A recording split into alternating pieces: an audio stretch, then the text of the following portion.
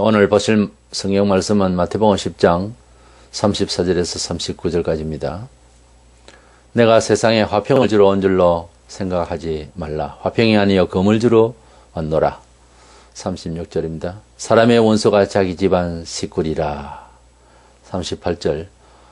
또 자기 십자가를 지고 나를 따르지 않는 자도 내게 합당하지 아니하니라. 자기 목숨을 얻는 자는 잃을 것이요 나를 위하여 자기 목숨을 잃는 자는 얻으리라. 아멘. 우리가 성탄절기를 맞으면서 우리 예수님의 성탄에 대한 본질적인 의미를 먼저 우리 기독 성도들이 헤아려서 잘 알고 있어야 되겠고, 그 성탄의 의미를 세상에 잘 전달해야 될 줄로 압니다. 우리 예수님의 탄생 기록을 순서대로 보면은 먼저 누가복음 2장에 보면은 시몬이라는 사람이 있습니다. 이 사람은 언제 그런 계시를 받았는지 모르지만 기도 중에 반드시 그리스도를 보고 난 뒤에 너가 죽을 것이다, 이런 계시를 받았다고 끝까지 기다리다가 결국 예수님의 탄생을 맞이하게 되는 그런 예언을 받은 것으로 되어 있습니다. 그 다음에는 직접적으로 아기를 배했던 마리아가 이 소식을 받게 되고, 또 이 사실을 나중에 또 요셉이, 정원한 요셉이 알게 되고, 그 다음은 양을 지키던 들에서 양을 지키던 목동들이 천사를 통해서 아기 예수 탄생을 접하게 되고, 그 다음이 마태복음에 나오는 동방박사들이 메시아로 찾은 것은 아니지만은 아기 예수를 유대인의 새로운 왕으로 찾아뵙고 경배를 하는 내용이 나옵니다. 동방박사들이 아기 예수를 보러 온 것으로 생각하고 성탄절기에 대한 긍정적인 마인드를 가지는 것은 그것은 잘못 알고 있는 겁니다. 본래 그리스도를 영접하려면 유대인들이 먼저 해야 되는데 이들이 영적으로 타락하고 해서 엉뚱하게 먼 나라의 동방에 있는 아라비아라고도 하고 한데, 그 나라에서 별을 연구하는 이런 지금 같은 학자에 속하고 또 점성술자도 가능합니다. 어쨌든 이 사람들이 별을 연구하는 사람들이고, 또 별에 대해서 이제 해박한 지식이 있었기 때문에 왕을 상징하는 별이 움직이기 시작해서 그 별을 쫓아서 쭉 하니 따라온 것이 이제 베들레헴까지 온 거예요. 그래서 그들은 이 별이 왕을 상징하는데 이 왕이 어디서 났느냐고 이렇게 이제 말하게 되는 장면이 나오죠. 그들은 어쨌든 민수기 24장 17절에 한 별이 야곱에서 나오며 하는 이 구절을 성취하기 위해서 이렇게 찾아와서 정인이 되는 이런 상황이 된 것입니다. 그리고 12월 25일이라는 계산 날짜는 유대식의 계산법으로 당시 대제사장 사가랴 아내 엘리사벳이 아기를 갖지 못하고 있었는데, 그 제사장 임무를 할 때에 계시를 받았어요. 세례 요한을 이제 잉태될 것을 수태고지를 받게 됐는데, 그때가 계절이 10월이라면은, 계산법이 10월이라면은 그 뒤에 그 계시를 받고 난 뒤에, 그렇게 잉태되고 난 뒤에 6개월 뒤에, 그러니까 세례 요한보다 예수님이 6개월 뒤에 태어나셨어요. 6개월 뒤에 마리아에게 또 예수님이 잉태될 것을 천사의 계시를 받습니다. 그러니까 10월 달에 그런 세례 요한의 수태고지를 받았으면은 6개월 뒤라면은 그 이듬해 3월경쯤 됩니다. 그러니까 3월경에 잉태를 됐으면은 10개월 만에, 자연법이니까 그렇게 탄생하셔서 12월 말이나 1월 초나 이런 정도로 계산이 나오긴 해요. 그러나 명확성은 없습니다. 언제 그 수태고지를 받은 계절이 언젠지, 어느 달인지, 이렇게 사가랴가 봉사하던 해에 몇 월 달이었는지는 정확하게 알기는 어렵습니다. 로마에서는 274년 아울렐리아누스 황제 때부터 태양을 최고의 신으로 알고 신전을 건립을 했습니다. 그것을 맞춰서 건립일을 12월 25일로 했는데, 그때 당시의 원력으로는 12월 25일이 동지 날이라고 합니다. 그래서 이제 밤이 어둡고 낮이 길어지는 이런 날이 오니까 태양을 신으로, 소위 그 태양신을 이제 기념하는 날로서 12월 25일로 하고 있었는데, 그것이 이제 나중에 서기 313년에 콘스탄티노플에서 콘스탄틴 대제가 태양 축제일인 12월 25일에 성경에도 하나님을 빛에 비유하니까 태양 축제일을 그저 예수님의 탄생일로 그렇게 고착화시켜서 공포를 했습니다. 그래서 그때부터 고정화됐습니다. 그러다가 16세기 종교개혁자들은 이것은 우상적이다 해서 이제 성탄절을 지키지 않았고 했는데, 나중에 19세기 들어오면서 다시 세속문화화 돼 가지고서 사실은 그렇게 합리적으로 해석을 했을 뿐이지 기원적으로 보거나 하면 이것은 12월 25일이 이렇게 확정적인 날짜도 아니겠고, 또 이 계절인지도 좀 불확실한 그런 것을 우리가 알 수가 있습니다. 중요한 것은 예수님이 이 땅에 오신 주 목적이 무엇이냐는 거죠. 사람이 세상에 온 목적 따라서 산다고 하는 것은 참 인생을 바로 사는 거죠. 사실은 왜 태어났고 무엇 위해서 살 것인가를 모르고 거의 다 살다가 죽거든요. 어떻게 보면 인생이 어디서 와서 어디로 갈지를 모르니까, 근거도 없고 그 마지막도 모르니까 사는 데에 대해서 흔들리지 않는 확실한 인생만이 안 사는 거예요. 우리 예수님께서는 누차 말씀하세요. 내가 아버지께서 이 세상에 보내시면 그러시면서 오신 목적, 세상에 소위 말하면 태어나신 목적을 자주 아뢰었었습니다. 그리고 그 말을 듣고 제자들도 교육을 받을 때에 무엇 하기 위해서 제자가 되었고 왜 살아야 되는지에 대해서 가르치는 자가 되라고 그렇게 누차 예수님께서 말씀을 하신 거죠. 어쨌든 우리 예수님이 탄생하신 걸로 아는 이 12월 달 25일 전후의 이 성탄 절기에 무엇보다 주님이 오신 목적에 대해서 확실하게 알았으면 좋겠습니다. 이 본문은 탄생하실 때 하신 말씀은 아니지만은 주를 이루는 말씀 중에 금을 주러 왔노라 이렇게 하신 말씀이 본문에 나옵니다. 그래서 금으로 오신 예수, 이런 제목으로 말씀을 나누려고 합니다.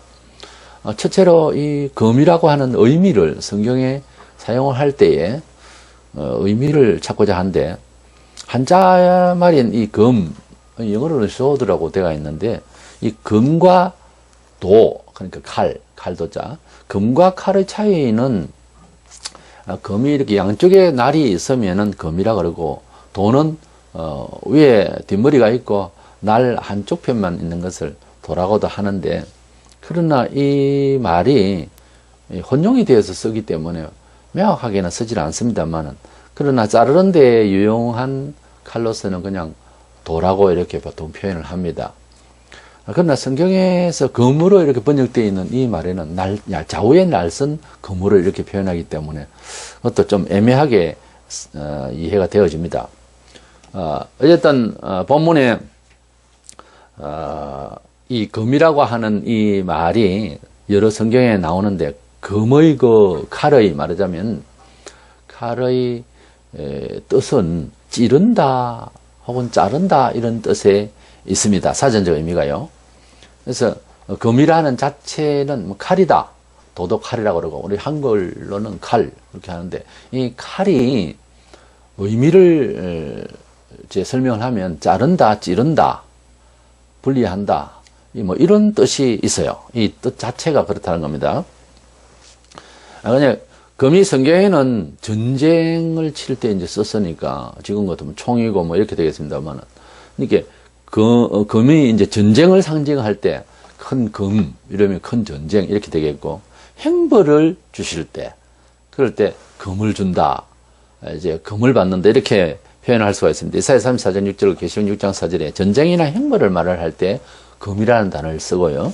또는 분명한 판단, 공의로운 판단, 정의로운 판단, 공평한 판단을 말을 할 때 쓰는데, 그래서 주로 하나님 말씀을 상징적으로 금이라 그렇게 말합니다. 히브리 4장 12절에 하나님 말씀은 살아있고 활력이 있어 좌우에 날선 어떤 금보다 예리하여 혼과 영과 및 관절과 골수를 찔러 쪼개기까지 하며 또 마음의 생각과 뜻을 판단하나니, 그래서 성경에서 일컫는 말씀 중에 심판이라는 행벌도 있고 하나님 말씀을 상징할 때 하나님 말씀도 역시 판단하고 이제 그 분리하고 공의로운 정직한 그런 심판을 하는 이런 뜻에서 하시는 말씀도 있습니다. 예수님께서 금을 주러 오셨다는 말씀이 전쟁을 좋아하는 이슬람에서 말하는 육신적인 전쟁이 아니고 영적인 전쟁을 말해요. 한 사람을 놓고 내가 금을 주러 왔노라 하실 때에는 내가 너의 마음을 판단하고 분리하고 그래서 공의롭게 정의롭게 공정하게 너의 마음을 잘잘못을 내가 알려주러 왔다 이런 뜻이죠. 정서상 그것을 부드럽게 말하면 알려주러 왔다. 그래서 분리해 주러 왔다 이런 뜻이에요. 요한복음 9장 39절에 보면 예수께서 이르시되 내가 심판하러 이 세상에 왔으니 우리가 여러 구절을 볼 때 구원하러 오셨다든지 사랑하라든지 이런 부드러운 쪽으로만 보지 말고 예수님께서 아직 이해하기에는 조금 격하게 보일지라도 그렇지 않습니다. 내용은 그런 뜻이 아니니까 성경을 볼 때에 또박또박 이렇게 어떤 면에서 얼른 보기가 그렇습니다. 부정적으로 보이는 구절도 새겨 잘 들어야 됩니다. 요한복음 9장 39절에 예수께서 이르시되 내가 심판하러 이 세상에 왔으니 보지 못하는 자들은 보게 하고 보는 자들은 맹인이 되게 하려 함이라. 이 말씀 자체가 좀 어렵잖아요. 내가 본다고 하는 말은 유대인들의 그 교사들이나 그때 당시에 종교인들이 우리가 뭐 잘못했느냐, 유대인들이 뭐 또 지도자들은 우리가 의인이다, 특별한 종교계의 VIP다, 우리는 의인이다 이렇게 하니까 예수님께서 그 타락한 정신세계를 너는 마음으로는 눈이 어두운 자들이다 이런 말이고, 맹인이 된 사람들 즉 육신적인 명인도 명인이지만은 내가 죄인이고 내 마음은 어둡고 내가 참 못난 사람이고 나는 부족한 사람이다 이렇게 여기는 사람은 주님이 불쌍히 여기셔서 마음의 눈을 열어서 천국을 보게 하시고 또 마음이 유쾌하게 영혼이 유쾌하게 되는 것은 어떤 죄, 심판, 묶임에서 풀려나는 마음이잖아요. 사람이 장사를 갈 때 풀려나는 마음이 있어야 돼요. 그리스도인은 모든 일에 그렇습니다. 풀어난 마음을 가져야 돼요. 그리스도인이 되면은 단번에 그냥 모든 게 다 완벽하게 변화된 것은 아닙니다. 사람마다 다 기질이 있고 경험이 누적된 것이 있는데요. 그것을 묶여 있으면 분명히 그것은 불신이에요. 신앙은 일단 컨트롤하고 리드해야 되는 거예요. 모든 걸. 심지어 자기 자신마저 그렇게 리드를 해나가야 됩니다. 이것이 진짜 하나님께서 주신 추가적으로 또 그렇게 계속 거듭나야 할 그런 사유인데요. 내가 모든 일에 있어서 매이는 것이 아니고 지배를 해야 됩니다. 그것이 주님이 바라시는 심판의 본래 내용이고 구원의 본래 내용이에요. 이래서 예수님께서 이 세상을 심판하러 왔다는 말씀은 어쩐지 금이 이제 판단하러 오시는 금으로 보이잖아요. 우리 예수님께서 전쟁 치러 왔다는 것은 아니잖아요. 마음의 눈이 어두운 사람을 밝게 하고 이렇게 교정하러 오셨다 이런 뜻에서 내가 심판하러 왔다 하는 말씀이 우리 이제 한자로는 심판 이렇게 말하지만 그 영적인 의미는 그것이 아니거든요. 계시록 1장 16절에 보면은 예수님이 장차 재림하실 때의 얼굴 모습인데 그 모습은 어떤 모습이어야 하느냐. 그 예수님은 지금 성탄절기에 생각하는 그 아기 예수 아니고 이 세상을 뭐하러 오십니까? 구원하러 오십니까? 아닙니다. 심판하러 오십니다. 예수의 재림은 세상 심판과 인내하고 그동안에 믿고 왔던 성도들을 구원 완성시키러 오신 거죠. 더 이상 전도하러 오시거나 이런 게 아니거든요. 그러니까 예수님께서 재림하실 때에는 심판하러 오시니까 재림하실 때의 모습을 요한계시록 1장에서 사도 요한이 보게 됐는데 실제로 눈을 열어서 보게 됐어요. 보게 되니까 계시록 1장 16절에 그의 입에서 좌우에 날선 금이 나오고 그의 입에서 말하는 것 아닙니까? 입은 그 입에서 좌우에 날선 금이 나오더라. 이걸 꼭 그대로 적용을 하면 신구약 성경의 말씀 좌우에 날선 금같이 그렇게 예리한 말이 나오더라는 말은 말씀이 육신이 되신 예수님께서 심판하러 오실 때에도 말씀으로 공정한 진리로 절대치인 진리로 이 세상을 공정하게 판단하러 오실 것이다 하는 그런 모습이라 그 말이에요. 그 예수님을 생각할 때 우리는 십자가에 돌아가신 예수님 그림도 볼 수 있고, 부활하신 예수님도 볼 수 있고, 인자한 얼굴 자태로 그린 그림도 볼 수 있고, 아무도 본 사람은 없지만은 그 뒤로 그림들이 있고 사진들을 만들어서 하는데, 근데 그리고 예수님께서 다시 오실 예수님을 생각할 때는 막 천사들과 함께 뭐 환상적으로 재림하시는 그런 모습도 성경에 있는 내용이지만은, 예수님이 사람에게 인격적으로 한 사람 한 사람에게 혹은 세상 사람에게 오시는 목적을 두고 그림을 그린다면은 요한계시록 1장과 같이 그려야 됩니다. 요한계시록 1장 중에 여러 모습 중에서 입에서 날선, 좌우에 날선 금이 입에서 나오더라. 그대로 입에다가 그림을 칼로 이렇게 물려가지고 하면 이상한 그림이 되겠습니다만, 영적으로 이해를 해야 되는 거예요. 날선 금 같은 것이 이제 보이는 거죠. 그러니까 판단하는 거죠. 금으로 앞에 말씀드린 대로 세상을 판단하고 이제 공의롭게 심판하러 오시는 예수. 그것도 말씀으로 입에서 보여놨어요. 귀에서도 나온 것도 아니고 손에 잡힌 것도, 손에 금을 들고 왔더라 이랬으면 전쟁치러 오는 기분이잖아요. 근데 그것이 입에서 금이 나오더라는 말은 판단의 말씀이 나오더라. 성경에 아까 히브리 4장 12절의 말씀처럼 말씀이 금으로 이렇게 비유되고 있거든요. 여러 성경 구절에서 말씀은 금으로 비유를 많이 하십니다. 이렇기 때문에 우리 예수님께서 이 세상에 재림하실 때에는 심판하러 오시는 입에 칼을 물고 보이는 이런 칼이 나오는 듯한 그런 말씀의 칼로서, 즉 말씀으로 이 세상을 심판하러 오실 주님으로 보입니다. 그래서 금의 비유에 있어서 이 금은 공의로운 심판의 말씀, 공의로운 심판의 이치, 공의로운 심판의 하나님의 확실한 정의의 심판을 상징할 때 이 쇼드의 금을 이제 소재로 해서 비유를 하고 있습니다.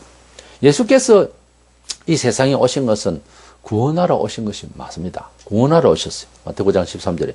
그런데 사람을 구원한다는 이 말씀을 환경적으로 복을 주시러 왔다 하는 이런 문화적인 종교 생각을 가지고 예수를 생각하니까 성탄절도 그래 생각하고 일상의 예수교를 그렇게 생각을 하고 교회를 다니는 사람이 많이 있는데, 실제 예수님께서 이 세상에 구원을 하러 오셨다고 하는 말씀을 많이 하시고, 그러면서도 세상을 심판하러 오셨다 하는 말씀을 같이 이렇게 묶어서 보면 예수님께서 구원하러 오셨다는 내막이 좀 더 구체적으로 말하자면은 너의 생각하는 것과 너의 영혼의 처지와 너의 영혼이 바라보는 감각의 능력을 바꾸어 놓겠다는 말입니다.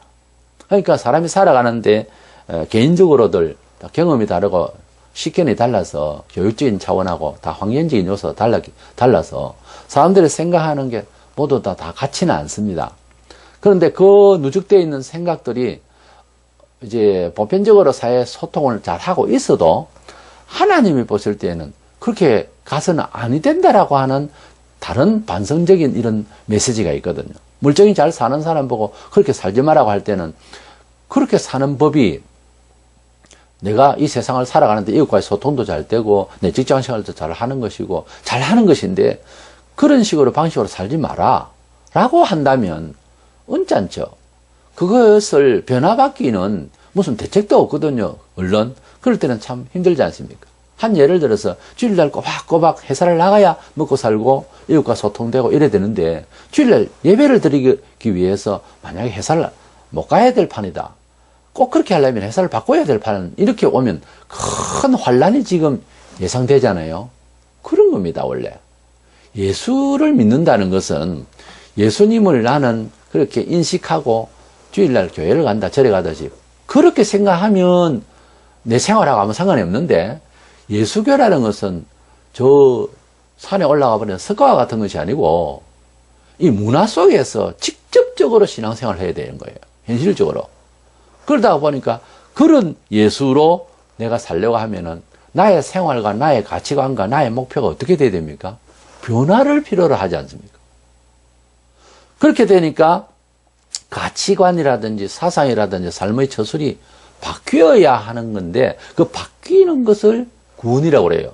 원래는 구원이라고 하는, 예배당에 다니면 구원받는데 이런 맹목적인 말로서 이해하면 안 됩니다. 그래서 구원이라고, 예수님께서 구원하러 왔다 하시고 또 세상을 심판하러 오셨다고 하는 말씀을 묶어서 생각하면 그렇다는 거예요.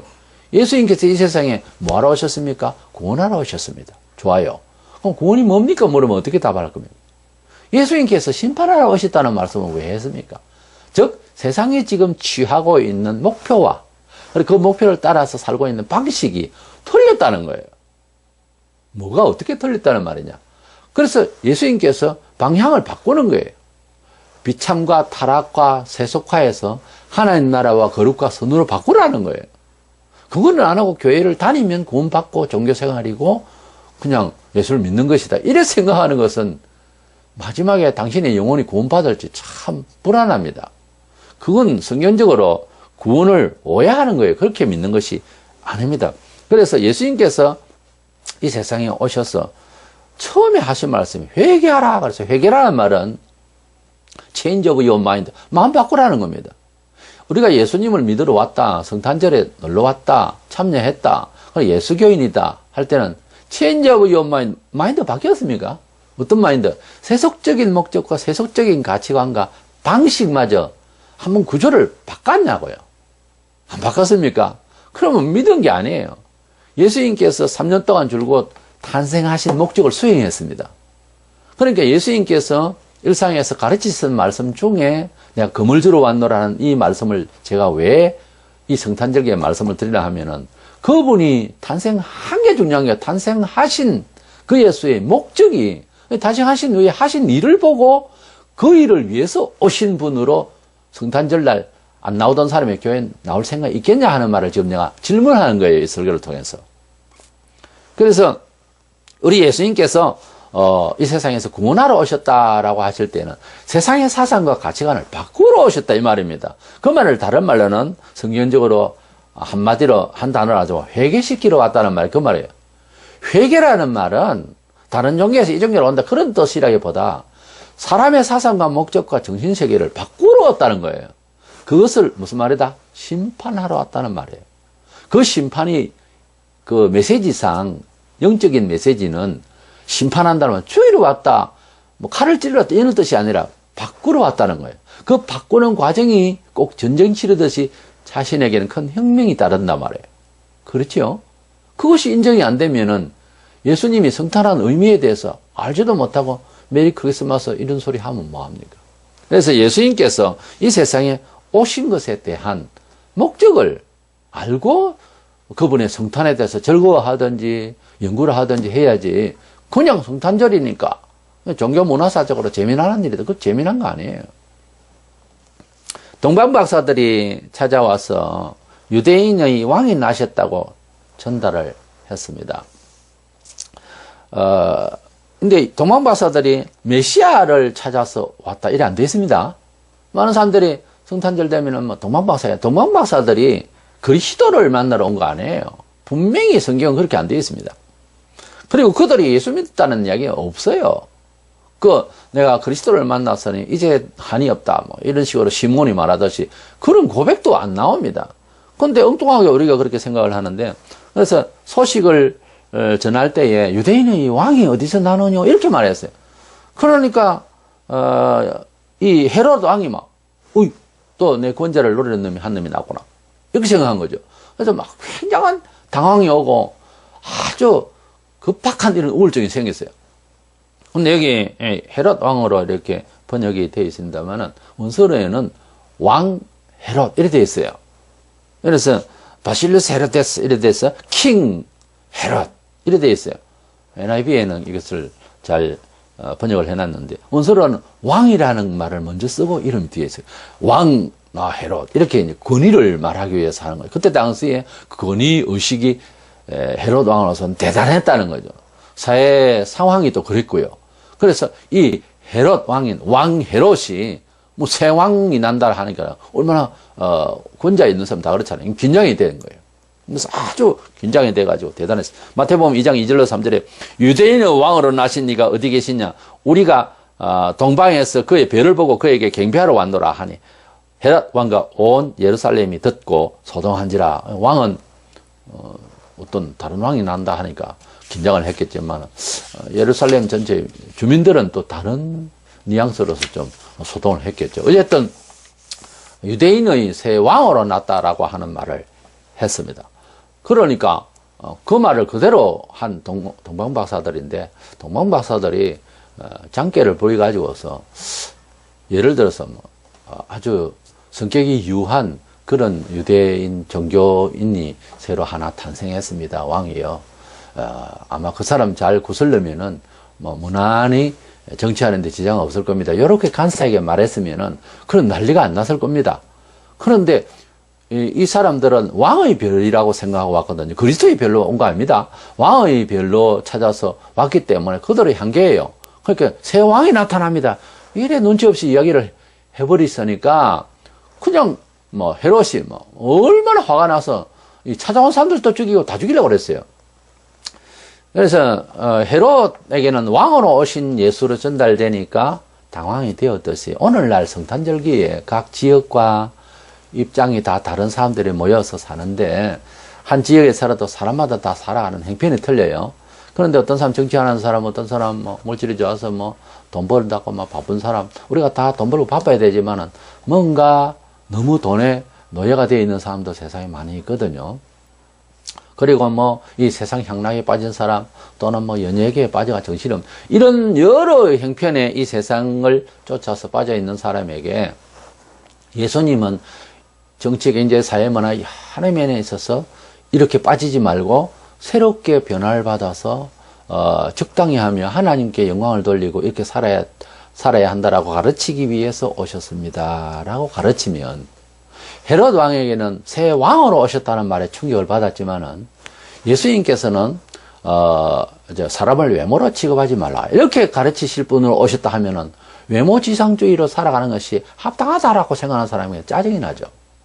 예수님께서는 돈 좋아하지 마라 라고 하셨습니다. 그 말하고 하기 위해서 오신 예수님이십니다 라고 동방박사 대신에 이렇게 전달하면은,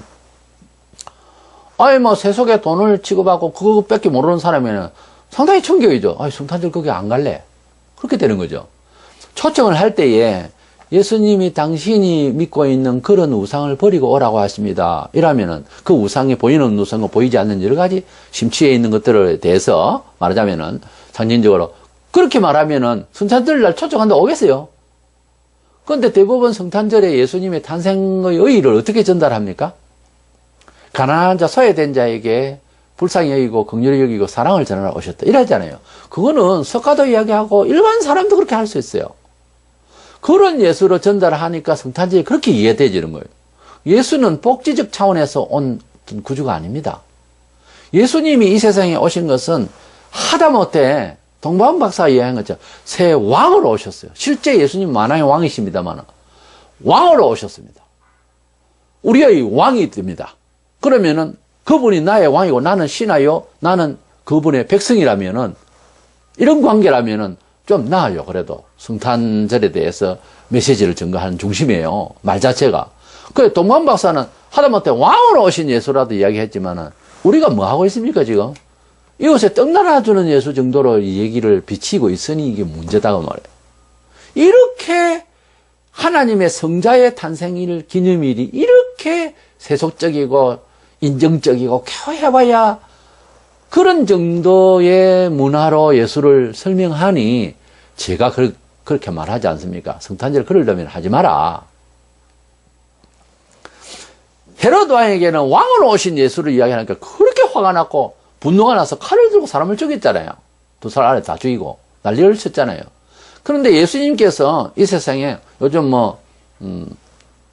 이제 외모지상주의에다가 사실 물질주의 아닙니까? 이 세상이 과학주의고 이것을 비판하러 오시는 예수로서 정말 과학에 대해서 분명하게 이 세상의 과학은 잘못되고 진짜 새 과학자가 왔다 하면 과학자로서 돈벌이 묻고 좀 비관적입니다만 그렇게 하는 교수들이 결집을 해가지고 반대를 하려 할걸요. 성탄절을 안 하려고 할 겁니다. 그러니까 어떤 예수로 인식하느냐 하는 것은 성경 전체의 내용을 볼 때에 세속적으로 살아가는 것을 바꾸러 오신 예수거든요. 그렇게 생각하면 성탄절이 멀쩡하게 가만히 있던 사람이 즐거워할 일은 아니라니까요.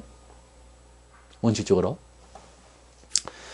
예수의 탄생은 인간 문화적 기사의 내용이 아닙니다. 예수의 사람이 되고 정인이 되는 일, 이런 일이 세상의 일이 아니에요. 예수님의 탄생일과 이 성탄절기니 교회의 어떤 행사들 뭐 할 때 총동원 주일 이런 행사를 하는데 이게 이웃과 소통할 수 있는 성질이 아니라니까요. 이웃이 반대하는 처음부터 끝까지 반박하는 성질이에요. 왜냐하면 이웃이 남입니까? 맹 우리와 같은 성정을 가진 사람 아닙니까? 우리가 예수를 믿어보면 하나하나가 전부 반성이 되어져야 하는 거로 이 세상 태어났고 우리 몸에 체질화 되어 있구나 하는 것을 알잖아요. 그것을 변화시키러 오신 예수를 믿으세요 하는 말은 우리가 지금 계속해서 반성의 성화라고 하잖아요. 거룩되어지기 위해서, 변화되어지기 위해서, 하나님의 형상으로 회복되기 위해서 얼마나 노력들 합니까? 그걸 지금 하라고 권하러 가는 것이 교회의 전도고 교회의 행사고 그렇게 비춰져야 되거든요. 그렇게 놓고 볼 때에 사실 교회에서 무슨 행사를 한 말이 옳지 않습니다. 그거 초청한다고 금방 올 수 있는 성질이 아니라니까요, 원래. 성경에 어디에 뭐 초청해가지고 뭐 오고 잔치 없어요, 그거. 괜히 그 전도 전략이라고 오해를 하는데, 일단 교회에 발걸음을 일단 디디면은 잘 되지 않겠느냐. 교회 발걸음 들어서 1,200만 명의 한국 교인 다 어디 갔습니까? 발걸음을 디딘다고 구원을 받는 게 아니라니까요. 100번 와도 안 된다고요. 한 번을 이야기해도 예수님이 당신과 어떤 사이가 돼야 되느냐 하는 본질적인 이야기를, 구원에 대한 이야기를, 회개에 대한 이야기를, 죄에 대한 이야기를, 내세에 대한 이야기를 들려주지 않으면 소용없습니다. 언젠가는 떠난다니까요. 다른 사람도 아니고 예수 그리스도 자신 옆에서 그것도 일주일에 한 번 만난 게 아니고 매일 침식을 같이 했던 12제자입니다. 사람이 3년 동안 같이 먹고 지낸다면 보통 사이가 아니죠. 모를 바가 없을 정도죠. 그런데도 처음부터 끝까지 안 믿은 자가 있었어요. 가룟 유다는 끝까지 안 믿었어요. 끝까지 안 믿고 자살해버렸어요. 우리 생각에는 그럴 리가 없거든요. 우리 경험이 그렇잖아요. 그럴 리가 없거든요. 왜 그럴 리가 없습니까?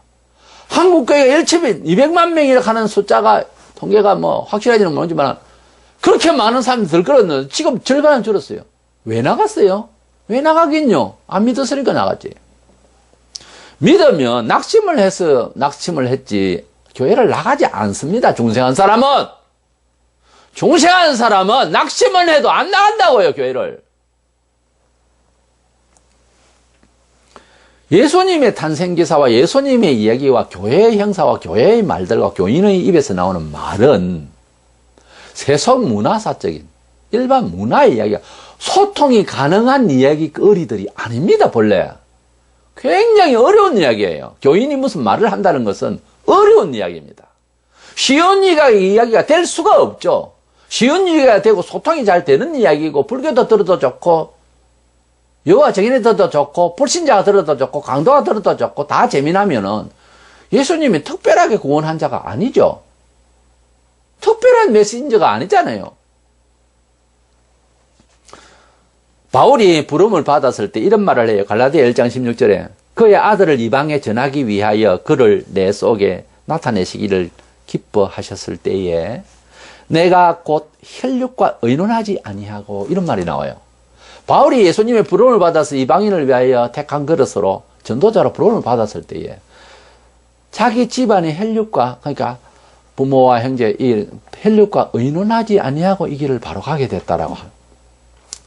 혈육과 인간적인 것과 가족 상황과 무슨 이런 일들을 가지고서 소통을 하고 의논을 하고 난 뒤에 내가 주의 종이 되겠다, 이래 안 됩니다. 그렇게 못해요. 우리가 믿음의 조상이라면 일단 믿음을 어떻게 가져야 되느냐 하는 상징적인 사람이 구약의 아브라함입니다. 성경이 그렇게 말하고 있으니까 내가 평가를 한 게 아니고 믿음의 조상 아브라함이라거든요. 믿음의 조상 아브라함이 100세에 본처에 하나님께서 약속하신 아들을 낳았어요. 얼마나 기뻤겠습니까? 그래서 기쁨이라고 이삭을 지었습니다. 그 이삭이 한 17세 전후 이렇게 청소년이 돼서 장성했을 때 하나님께서 그 이삭을 제물로 바치라, 신구약 전체에서 사람 제물 바치라는 말이 안 나옵니다. 그런 시험을 덜컥 받았어요. 그랬을 때 손주같이 정말 품에 안고 있던 이 아이를 제물로 바치라고 할 때는 정서상도 어렵지만 그걸 가능한 일이 아니에요. 그걸 밤새도록 철학 기도를 하고 게세마네 동산에 가서 자기도 울고불고 해야 될 파인데 아무 그런 거 없어요. 바로 그래서 아브라함의 믿음을 뭐라고 하냐면은 성경에 지금 말하자면 성경에 있는 말을 이렇게 말을 하면 하는 겁니다. 딴소리를 궁시렁거리지 않습니다. 그래서 아브라함의 믿음을 가진 사람들은 아브라함의 자손이라는 말이 나오는데 교회에서 제일 이쁜 사람이 누군가 하면 순종을 잘하는 사람이에요. 목사님은 그렇게 생각하지만 저는 생각하는데 여기서부터 얘기가 안 됩니다. 성경은 그렇지만 어쩌고 여기서부터 얘기 안 돼요. 순종하지 않으면 하나님의 말씀을 권위를 인정하지 않겠다 이 말 아닙니까? 여러 구절이 있어요. 성경에는 여러 내용들이 무조건 100% 순종을 해야 돼요. 순종을 하고 정말 그렇게 따라가겠다고 해도 어려운데 처음부터 그 말 권위를 나는 인정 안 하겠다 이래 돼버리면은 신앙이 아닙니다. 교회를 다녀도 말씀이 있는 보편 진리를 이해하는데도 안 듣겠다 이건 순종 안 하겠다는 말이니까 순종 안 하면은 믿음 안 생깁니다. 체험 못 해요. 그래서 아브라함이 그 아이를 제물을 바치러 그래서 모리아 산으로 가서 묶어서 아이를 잡으려고까지 할 때 하나님께서 말렸어요. 그 마음만 받으시면 되니까. 그렇게까지 하는 그 과정에 보면 아내 사라와 의논하지 않습니다. 부부지 않습니까? 그것도 100세에 난 아이를 남편 혼자 알아서 처리하겠다고. 이거는 교회에서 소위 요즘 말하는 가정학, 개론도 못 띈 사람이야. 이것은 인간의 그 기본적인 인권과 상담하게 서론도 안 읽은 사람 마냥 그렇게 행동을 했잖아요. 요즘 같으면 뭐 아브라함 몰매 맞을 사람입니다. 여성들한테. 맞아 죽지. 그런데 이 일을 감당을 할 수 있는 아내는 아니었습니다. 아내는 예뻤고 또 아브라함도 사랑했고 그런데 아내가 아브라함의 정신세계를 못 따라오는 사람이에요. 항상 보면 그래. 자, 근데 잘 따라댕긴 사람입니다. 잘 따라온 여인이거든요. 그것뿐이지 그 이상은 못하는 여인이에요. 그거를 이해시켰다고 밤새도록 이야기해봤어요. 새벽녘 날이 새기 더 전에 나가버렸는데. 근데 밤새도록 인원한다고 해서 여인이 금방 믿음이 생겨서 예, 하나님 뜻대로 순종하겠습니다. 아, 지키세요. 그럴 여인이 어디 있습니까? 남편은 아이를 만들었을 뿐이고 사랑할 뿐이지 부성애와 모성애는 다릅니다. 아이를 낳고 키우고 젖을 물리고 이랬지 않습니까? 그런 아이를 어떻게 죽이는데 내놓겠느냐는 거죠. 그건 안 되는 거예요, 정서상. 아, 그랬던 말했던 니는 했었지. 여성 동포들이 얼마나 분노할 내용이 성경에 나와요. 그런데 헬육과 의논하지 않았다는 이 바울의 말이 그런 뜻이에요. 우리가 주의 부름을 받고 믿음으로 살아갈 때 개인적으로들 평신도 생활을 할 때도 이것을 헬육과 하나만 이 세상에 소통을 하면서 이해시키고 그렇기 때문에 교회 가야 된다 알았지? 안 됩니다. 내가 하나님을 믿는 것을 이해시키겠다? 안 되는 거예요. 내가 하나님을 믿기 때문에 내 신앙 고백으로 나는 살아가야 되는 거예요. 그냥. 너는 뭐 불교를 가더라 나는 이렇게 하겠다. 이렇게 괜찮겠냐? 형제끼리 인원해가면서 이걸 믿을 수 있는 상황이 아니라고 말이에요. 종교는 민주화 되는 거 아닙니다. 종교 민주화, 우리나라 헌법이 종교의 자유가 있다. 그것 때문에 망하는 거예요. 지금 나라가. 법 바꿔야 됩니다. 다른 말로 어떻게? 그래서 혈육과 의논하지 아니하고 주를 증거해야 될 소명을 내가 받았을 때에 그냥 나갔다는 거예요. 바울이. 이 말은 세상의 어떤 이론과 철학과 또 소통과 또 형제간 부모간 인연해가면서 내가 주를 만났고 주를 증거하기 위해서 나서겠다는 이런 결단을 나는 가져본 적이 없다 그 말이에요. 원래 예수 믿으면 그렇게 돼야 됩니다. 어쩔 수가 없어요. 인원해보세요. 되는가 그게. 그런 뜻이 있기 때문에 마태복음 10장 36절에 사람의 원수가 자기 집안 식구리라 예수님 이렇게 말씀하셨어요. 예수님께서 원수를 맺기 좋아해서 하는 말이 아니고 이 예수님 오셔서 그야말로 성탄절 이 예수님 오셔서 세상에 가르친 메시지가 뭔가 하면 갑자기 잘 살다가 예수교를 제대로 받아들이면은 즉 성탄절이 예수님 제대로 이해하고 무엇 하러 오신 분으로 제대로 알고 예수를 믿게 되면 말하자면 멀쩡하게 살던 형제간도 원수가 될 수가 있다는 뜻이에요. 소통이 되는 얘기거리가 아니다 이 말이에요. 이게 인격적 차원에서 대화를 할 수 있는 게 아니라니까요. 저희 모친이 아주 넓게 70 후반에 예수를 믿었습니다. 그래서 예수님께서 어떤 마음을 주셨는지 모르지만 그가 마음 먹는 변화에 대한 것을 꼭 제 마음처럼 확인이 된 바가 있습니다. 예수 믿고 난 뒤에 1년에 한 번씩 그 외가에 친교 모임이 있었는데, 가족 모임이 있는데 꼭 주일날 했습니다. 4월 달에, 봄날에.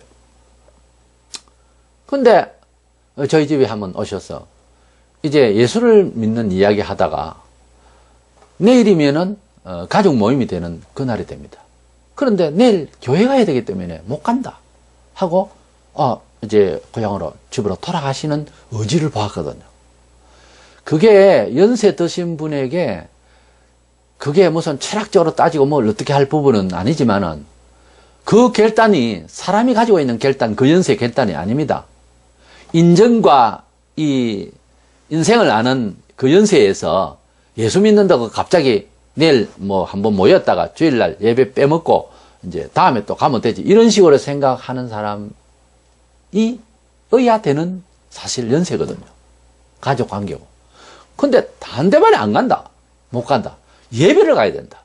그래서 고향을 가서 예배하러 간다고 그걸 빠졌거든요. 그 친가에서 혈육들이 좋아할 일은 아니거든요. 우리가 예수를 믿는다라고 하는 것은 어떤 면에 있어서는요, 누구누구와 어떤 일과 분리되는 겁니다. 이것이 미워서 되는 것이 아니라 뜻이 바뀐 거예요. 길이 바뀐 거예요. 어쩔 수 없이 각자의 길을 가지 않습니까? 인생사는. 근데 하나님의 나라를 가게 되는 발걸음은요, 그리스도 안에서 똑같아요. 이건 공유되고 있습니다. 이것은 하나님의 양쪽에 날선 칼과 같이 분석을 하고 분리를 하고 쪼개놨기 때문에, 찔러 쪼갠다고 그랬는데, 놨기 때문에 붙질 않아요. 아주 예리하게 잘라난 거예요. 분명하게 선을 그어난 거예요. 그래서 금으로 오신 예수, 성탄절기에 그런 이미지로 이해해야 할 충분한 내용이 있다는 것을 아시고요. 두 번째로 예수님께서 오신 그 목적이 뭔가 하면은 우리 각 사람에게 십자가에 짐을 지우기 위해서 오셨어요. 이건 또 무슨 말인가?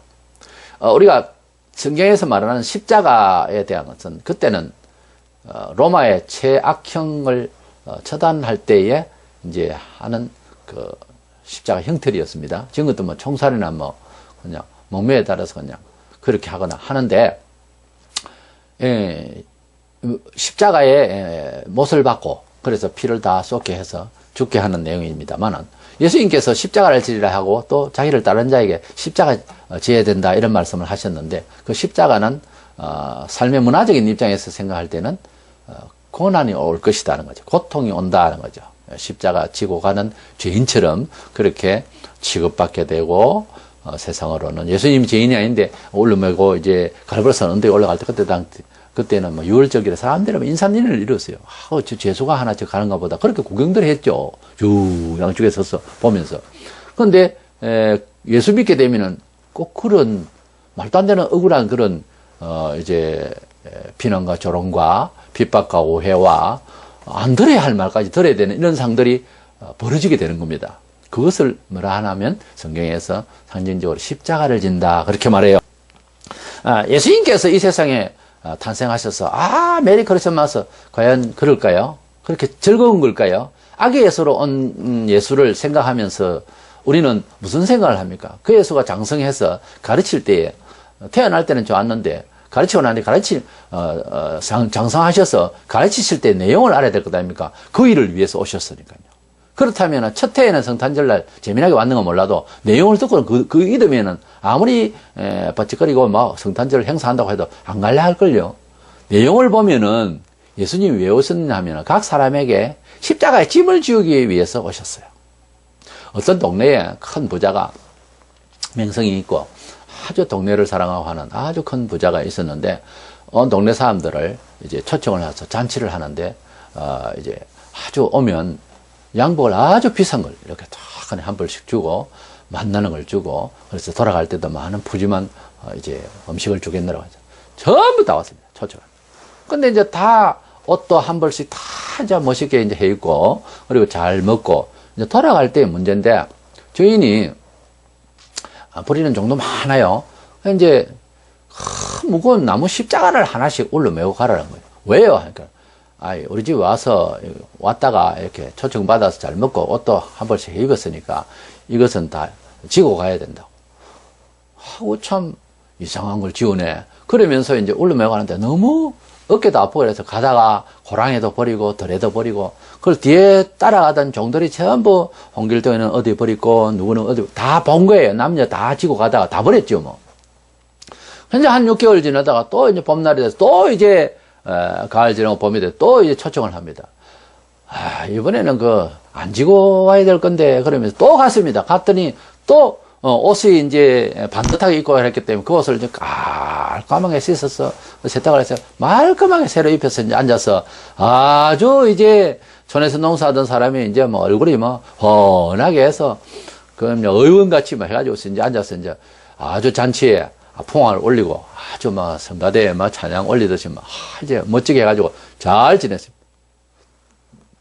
근데 또 십자가를 지고 가라 했습니다. 전에 지고 왔는데요. 그러니까 주인이 창고문을 열어가지고서 종들에게 홍길동이가 가다 버리라는 거 주고 왔기 때문에 홍길동 그때 들어오면서 다 자기 이름을 썼기 때문에 자기 글씨에 맞거든요. 이거 당신 거죠? 맞다고 지고 가라. 그래서 버릴 수가 없는 거예요. 그렇게 그것까지 지고 가야 된다.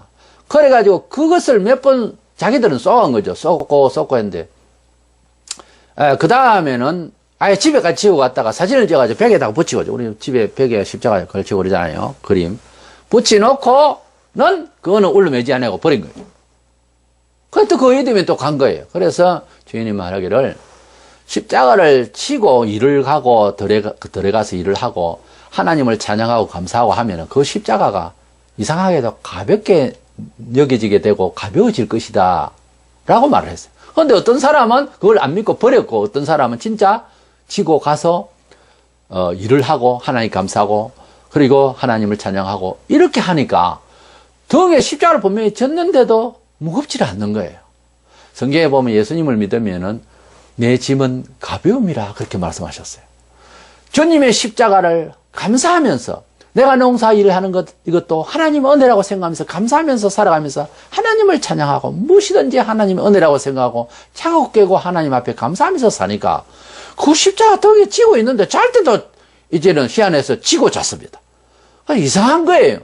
그렇게 체험한 사람은 십자가를 지고 매해마다 와서 잔치집에 오고요.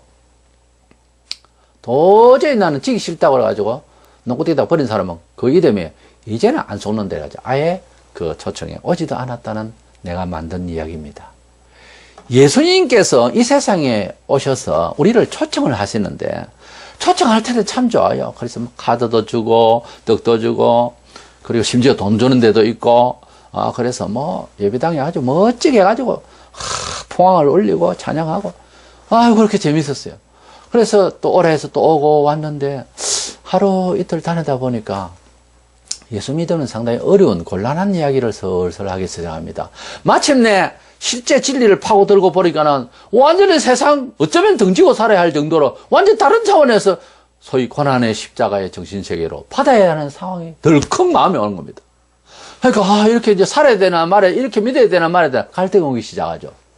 그랬을 때에 그래라도 믿겠다 하면 지고 가다 보면 가벼워지는데 그게 싫다 하면 교회를 떠나는 거죠. 왜 교회를 다니다가 떠났느냐? 이거 벌써 던진 겁니다. 짐 지어졌던 십자가를 벌써 던졌다니까요. 예배당 실태를 모르는 게 아닙니다. 그래서 교회를 안 나오는 거예요. 왜 안 나옵니까? 누가 못 나오려 했습니까? 아니요.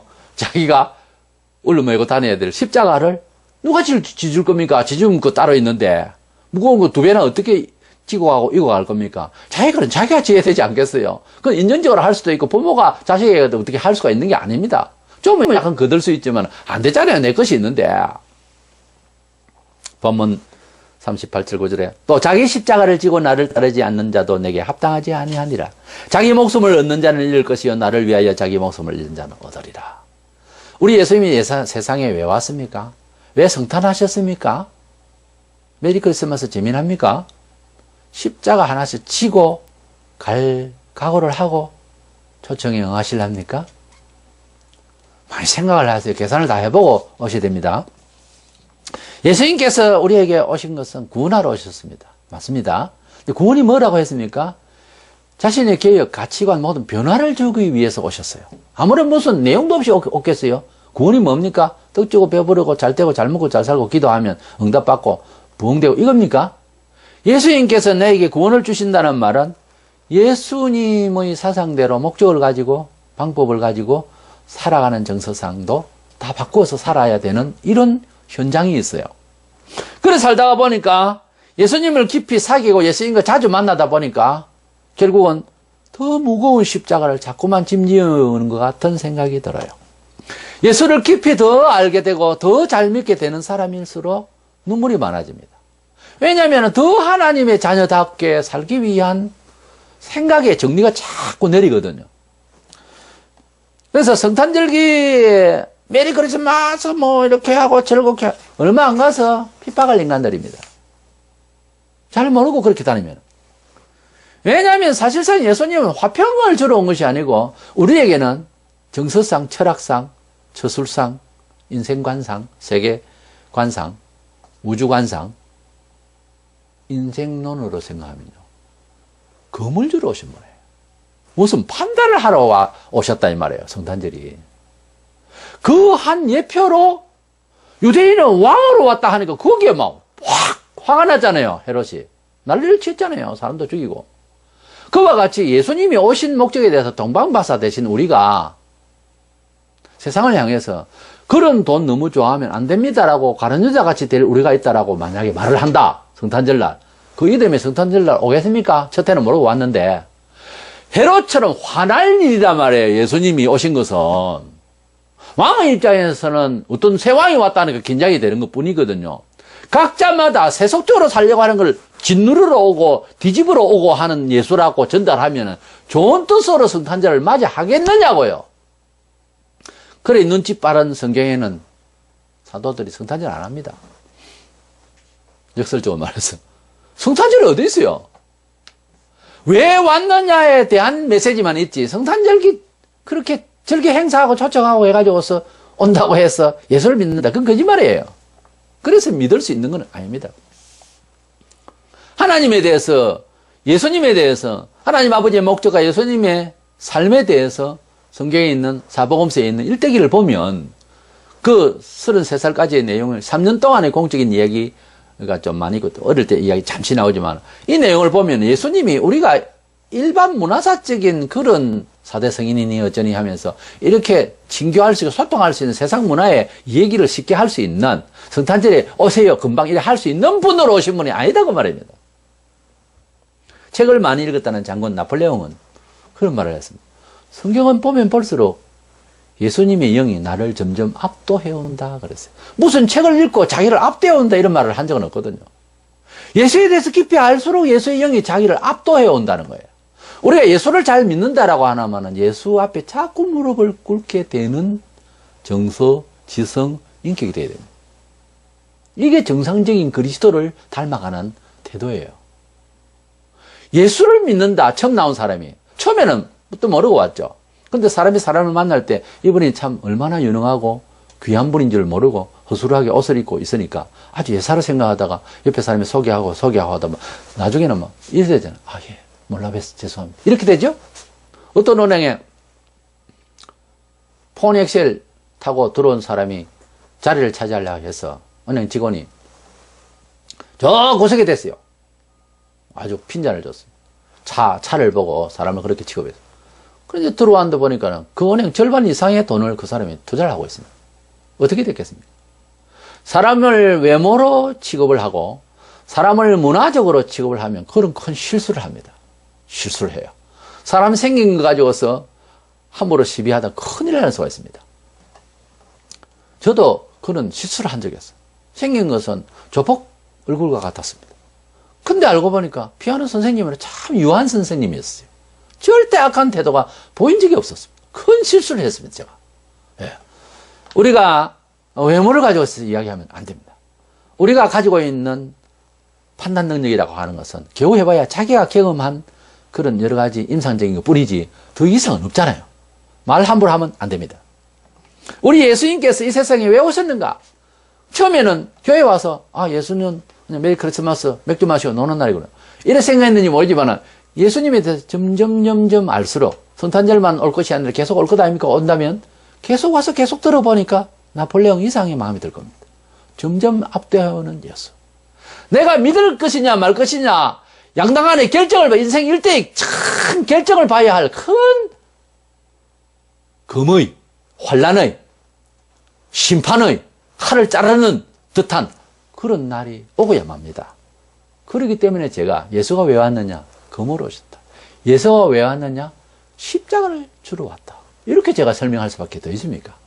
이 성탄절기에 우리 성도들에게 늘 항상 주님이 성탄하시기를 원하고 우리 마음속에 겨울에만 아니라 늘 우리 주님이 짐지어 주시는 십자가를 잘 지는 것이 성탄의 진짜 본질적인 의미니 우리가 항상 우리 주님을 모시고 사는 이상 이 세상을 살아갈 때 판단하시러 오시고 판단해서 이제 구원하시는 병원 가면은 의사가 진단을 하잖아요. 그게 금이라고 말해요. 판단을 했잖아요. 그 금을 가지고 판단을 하고 판단을 해버려 썩은 부위는 잘라내야 되겠고 교정을 하기 위해서 준비 과정 아닙니까? 진료 과정이. 근데 이렇게 진료를 시작하기 전에 진단을 해야 되잖아요. 의사 진단 건데 죄인이라는 거예요. 그러면 수술을 해야 되고 이런 아픔이 있는 고난이 있는 거예요. 십자가를.